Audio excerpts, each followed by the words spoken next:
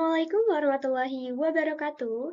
Halo mahasiswa baru jurusan Pendidikan Biologi. Selamat datang di dunia perkuliahan yang penuh dengan tantangan dan juga pengalaman baru ini. Saya juga ucapkan selamat kepada adik-adik mahasiswa baru karena sudah menjadi bagian dari jurusan Pendidikan Biologi ini. Nah, sebelumnya perkenalkan, nama saya Mira Nur Arifah, dan di video ini saya akan membahas materi yang penting untuk adik-adik semuanya, yaitu tata cara menghubungi dosen dan juga pengenalan sintesis. Nah, yang pertama, kita akan membahas mengenai tata cara menghubungi dosen terlebih dahulu ya. Nah, teman-teman semuanya, sebagai mahasiswa, tentunya kita akan banyak berkomunikasi dengan dosen, baik untuk urusan perkuliahan, bimbingan, ataupun hal administratif. Nah, jadi penting sekali ya untuk mengetahui bagaimana cara menyampaikan pesan secara sopan, profesional, dan juga tetap efektif supaya dosen pun bisa memberikan kesan positif kepada kita. Kemudian apa saja sih hal-hal yang perlu kita perhatikan? Nah, jadi ada beberapa hal yang perlu kita perhatikan ya, teman-teman. Yang pertama adalah waktu. Nah, teman-teman, jangan menghubungi dosen di luar jam kerja ya. Misalnya nih, di tengah malam atau di larut malam, bahkan di dini hari gitu ya. Nah, jangan sampai seperti itu. Waktu terbaiknya biasanya di pukul 7 pagi sampai pukul 5 sore di hari kerja, kecuali dosen sudah memberikan izin di luar waktu tersebut ya, teman-teman. Nah, menghubungi dosen di waktu yang tepat itu menunjukkan bahwasannya kita itu menghargai waktu beliau. Kemudian nih, yang kedua, foto profil. Nah, sebelum kita menghubungi dosen, alangkah baiknya kita mengecek terlebih dahulu foto profil kita, apakah sudah sopan ataukah belum, seperti itu ya. Apalagi kita menghubungnya melalui WhatsApp ataupun Telegram. Nah, hindari menggunakan foto yang terlalu terbuka, terlalu selfie berlebihan, atau gambar yang tidak jelas identitasnya ya. Kemudian nih yang ketiga ada salam dan sapaan. Nah, selalu awali pesan dengan salam ya, seperti halnya Assalamualaikum Bapak, selamat pagi, siang, atau sore, seperti itu ya. Karena hal ini adalah bentuk kesopanan dasar yang tidak boleh diabaikan. Kemudian nih, yang keempat ada permohonan maaf. Nah, jika mengganggu di waktu sibuk atau menghubungi secara mendadak, sampaikanlah permohonan maaf ya. Contohnya nih, mohon maaf sebelumnya Ibu jika mengganggu waktunya. Kemudian nih yang kelima ada perkenalan diri. Nah, jangan lupa ya kenalkan diri dengan nama lengkap, NPM, dan juga kelas. Nah, hal ini membantu dosen mengenali kita, apalagi jika kita belum terlalu dikenal. Contohnya nih, perkenalkan nama saya Mira Nur Arifah dengan NPM 2321540022 dari kelas C. Seperti itu ya. Kemudian nih yang keenam, jelaskan maksud dan tujuan. Nah, sampaikanlah dengan jelas apa yang akan kita sampaikan atau kita tanyakan nih kepada dosen. Dan hindarilah pesan yang menggantung. Contohnya, saya ingin menanyakan mengenai tugas praktikum minggu ini, Ibu. Apakah dikumpulkan secara daring atau luring ya? Nah, seperti itu. Kemudian nih, yang ketujuh, tidak mengandung unsur memerintah atau marah-marah. Jadi ini sangat bahaya sekali ya kalau misalkan kita ada unsur memerintah atau marah-marahnya. Karena dosen pastinya tidak menyukai hal tersebut, seperti itu ya sebagian besar dosen. Jadi hindari kata-kata yang terkesan menyuruh, seperti halnya tolong segera jawab ibu, atau misalkan saya butuh hari ini juga pak, seperti itu. Nah jangan seperti itu ya, tapi gunakanlah kalimat yang sopan seperti mohon bantuannya ibu, atau apabila ibu berkenan saya mohon arahannya. Seperti itu. Kemudian yang kedelapan, isi pesannya singkat, padat, dan juga jelas. Karena dosen memiliki kesibukan yang tinggi ya teman-teman, jadi usahakanlah kita menulis pesan yang langsung ke inti tanpa bertele-tele ya. Jangan menulis satu kalimat per chat secara terpisah, tapi tulislah satu paragraf yang utuh dan juga rapi. Kemudian nih yang kesembilan, gunakanlah bahasa Indonesia yang baik dan benar ya. Hindarilah bahasa gaul atau singkatan seperti gak apa-apa disingkat GPP, kemudian yang disingkat YG, atau yang lainnya ya. Tapi gunakanlah bahasa baku seperti saya ingin bertanya, saya izin menyampaikan informasi, seperti itu. Nah, di sini ada contoh cara mengirim pesan melalui email ya. Kalau untuk mengirim melalui WhatsApp sudah disampaikan tadi. Nah, sekarang kita lihat kerangka dalam menulis pesan email. Nah, kita harus perhatikan di bagian subjeknya. Di sini biasanya disesuaikan dengan format yang diberikan oleh dosen ataupun misalkan oleh asisten dosen ya. Di sini biasanya tercantum ada kelas, kemudian nama lengkap, kemudian tugasnya apa, kelompok berapa jika tugasnya berkelompok, dan juga topik dari tugas tersebut. Nah, setelah menulis subjek dengan lengkap, kita lanjut ke kerangka pesan WhatsApp ya. Nah, di sini kita masukkan kerangka pesan yang sudah dijelaskan tadi.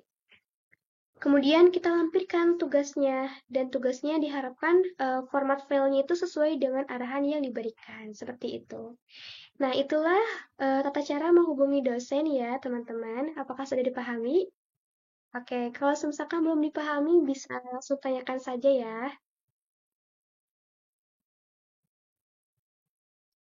Nah, sekarang kita akan membahas mengenai sintesis unsil.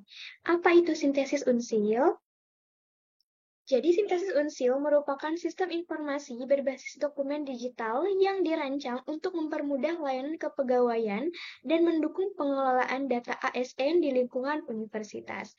Sintesis unsil juga digunakan oleh mahasiswa dalam menunjang kegiatan akademiknya. Jadi misalkan teman-teman ingin membayar UKT atau misalkan mengontrak mata kuliah dan juga hal-hal akademik yang lainnya, itu bisa dilakukan melalui sintesis unsil ini ya. Nah, untuk sekarang kita akan masuk ke dalam tutorial cara menggunakan sintesis unsil. Yang pertama, buka website sintesis unsil. Kemudian, login with SSO Gapura menggunakan email student ya atau email mahasiswa. Nah, setelah itu teman-teman bisa memasukkan email studentnya dengan kata sandi yang sudah dibuat. Nah, setelah itu bisa sign in saja. Nanti tampilannya akan seperti ini. Boleh diklik yang ruang mahasiswa dan nanti akan muncul di sebelah kanan opsi mahasiswa dan klik itu.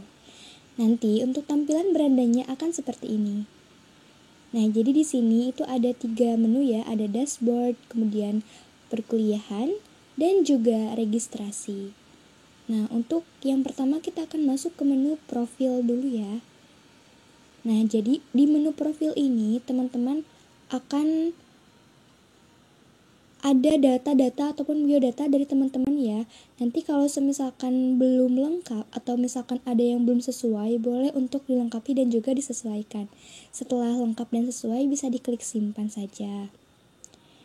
Nah, setelah itu kita buka menu bagian akademik. Nah, untuk menu akademik ini itu akan muncul informasi mengenai akademik seperti halnya NPM, kemudian program kuliah, program studi, tahun masuk, tanggal masuk, dosen wali, status awal, status mahasiswa, dan juga kelas. Nah, jika dari teman-teman ada yang masih kosong untuk bagian dosen wali, status mahasiswa, dan kelasnya, nah teman-teman bisa untuk mengisi terlebih dahulu ya di bagian-bagian tersebut. Nah, setelah itu kita akan masuk ke bagian menu dokumen.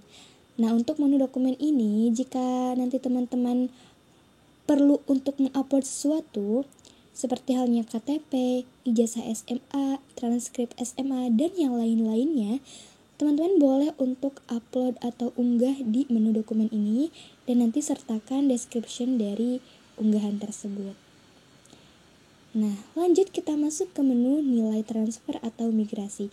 Nah, di sini akan tertera daftar mata kuliah yang sudah kita ampu dan juga nilai yang kita dapatkan dari setiap mata kuliah per semesternya. Di sini teman-teman bisa melihat untuk akumulasi nilainya apakah ada peningkatan atau tidaknya, seperti itu. Nah, lanjut kita masuk ke menu kartu rencana studi. Nah, untuk kartu rencana studi ini berfungsi untuk kontrak KRS ya atau kontrak mata kuliah. Nah, boleh diklik aja menu ini. Nah, nanti tampilannya akan seperti ini. Di sini akan tertera informasi mengenai SKS maksimal yang dapat dikontrak dan juga SKS yang kita ambil. Karena saya sudah mengontrak beberapa mata kuliah, jadi tampilannya seperti ini. Dan ini menunjukkan masih dalam proses menunggu konfirmasi dari dosen wali. Nah, jika teman-teman belum mengontrak bisa tambahkan KRS, dan nanti akan muncul menu daftar mata kuliah yang nanti akan teman-teman ampu. Misalkan teman-teman ini ada di semester 1 atau 3 misalkan di sini. Nah, nanti teman-teman bisa untuk klik mata kuliah yang sudah diinstruksikan juga ya tentunya oleh dosen wali, dan klik ambil. Jangan sampai salah kontrak ya, karena itu akan sangat fatal. Nah, selanjutnya jika sudah mengontrak mata kuliah, teman-teman bisa kembali lagi ke menu.